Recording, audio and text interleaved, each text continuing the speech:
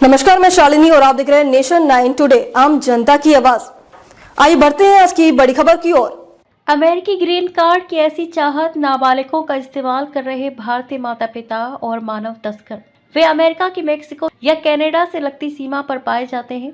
ज्यादातर की उम्र 12 से 15 साल के बीच होती है, लेकिन कभी कभी 6 साल भी।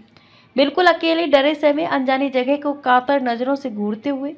इनके पास कुछ नहीं होता सिवाय कागज के एक टुकड़े के, जिस पर उनके माता पिता का नाम और संपर्क करने की जानकारी लिखी होती है। अकेले घुसपैठ।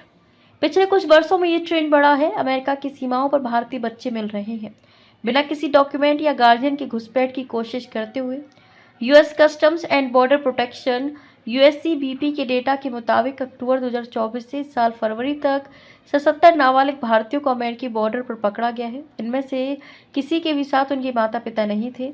ये मामले बताते हैं कि अवैध इमिग्रेशन में किस तरह बच्चों का इस्तेमाल किया जा रहा है। जानबूझकर छोड़े गए डेटा से पता चलता है कि 77 में से 53 बच्चों को मैक्सिको से लगते दक्षिणी बॉर्डर पर पकड़ा गया, जबकि 22 नाबालिग कनाडा की तरफ से घुसपैठ करते हुए पकड़ में आए।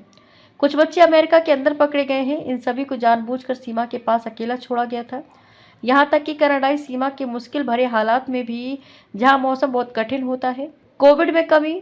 यूएससीबीपी के रिकॉर्ड के मुताबिक 2022 से 2025 के बीच कुल 1656 नाबालिग भारतीयों को अमेरिका में प्रवेश करने की कोशिश करते हुए पकड़ा गया।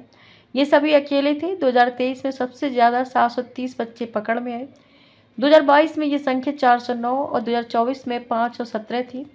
कोविड महामारी के दौरान तुलनात्मक रूप से इसमें कमी आई। तब 2020 में 219 और 2021 में 237 नाबालिग अवैध घुसपैठ करते हुए पकड़ में आए थे। शायद इसकी वजह यह है कि कोविड के दौरान यात्रा प्रतिबंधों और वैश्विक मंदी के कारण माइग्रेशन कम हुआ था। हालांकि महामारी के बाद आंकड़े तेजी से बढ़े। इससे जाहिर होता है कि अवैध माइग्रेशन के रास्ते फिर से चालू हो गए। ग्रीन कार्ड की चाहत। इमिग्रेशन एक्सपर्ट्स का मानना है कि ये आंकड़े सुनियोजित पैटर्न को दर्शाते हैं, जिसमें परिवार पहले अपने बच्चों को भेजकर अमेरिका में बसने की कोशिश कर रहे हैं। इलीगल माइग्रेशन से जुड़े एक शख्स ने बताया कि इन बच्चों को उनके माता पिता के लिए ग्रीन कार्ड के रूप में इस्तेमाल किया जाता है। अधिकतर मामलों में पेरेंट्स पहले ही अवैध तरीके से अमेरिका में दाखिल हो जाते हैं। इसके बाद वे अपने बच्चों को दूसरे अवैध प्रवासियों के साथ सीमा पार कराने के लिए भेजते हैं।